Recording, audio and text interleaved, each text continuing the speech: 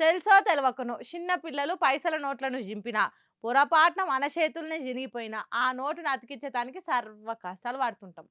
ఎంత చేసినా దుఃఖం సేటు గుర్తుపడితే మన ప్రయత్నాలన్నీ గోవిందా. అట్లా ఒకటి రెండు నోట్లకే మనం పడరాని పాటలు పాడుతుంటాం. కానీ ఈ దేశంలో చూడుండ్రి, పాత నోట్లను బాగు చేసేటానికి కుటీర పరిశ్రమలే ఉన్నాయి.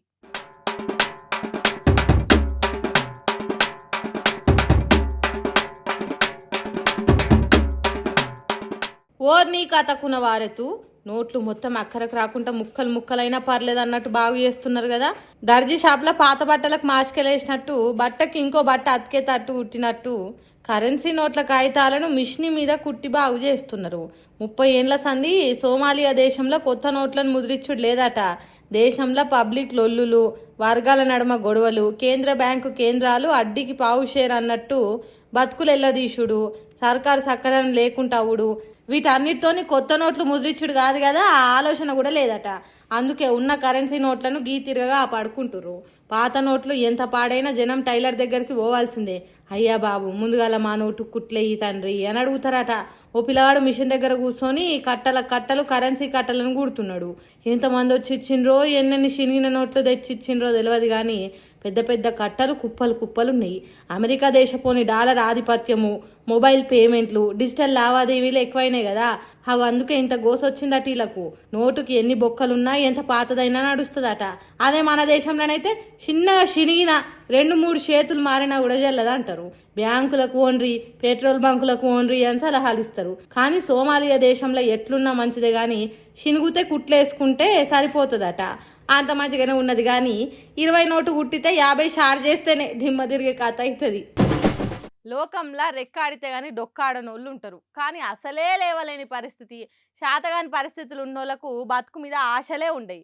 అప్పుడు ఆదుకునేటోళ్ళు లేకుంటే, బతుకుకు భరోసా ఇచ్చేటోళ్ళు లేకుంటే ఈ పానాలు తొందరగా పోతే మంచిగా ఉండు అని దేవుణ్ణి మొక్కుతా ఉంటారు. మరి ఏం చేస్తారు చెప్పుండ్రి ఇటువంటి పరిస్థితులు వచ్చినప్పుడు?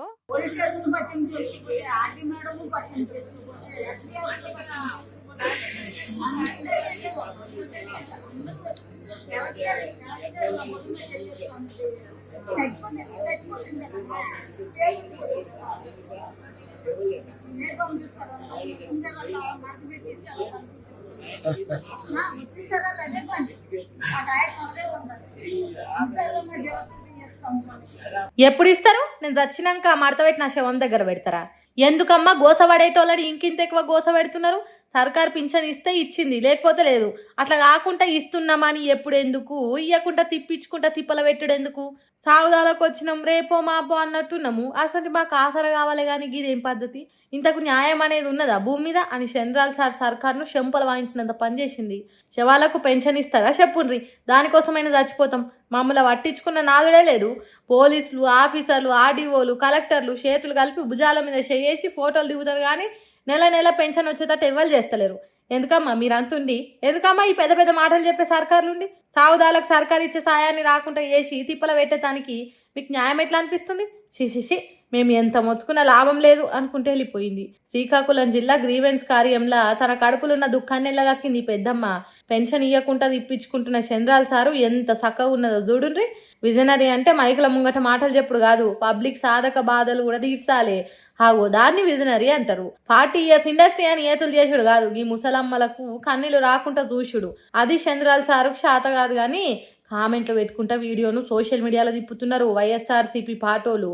మరి అట్లిట్లా ఈ వీడియో చంద్రాల్ సార్ కంట్లో పడితే దాన్ని కూడా తన గుప్పాలు చెప్పుకునే దానికి ఏ తిరగ మలుపుకుంటాడో చూడాలిగా.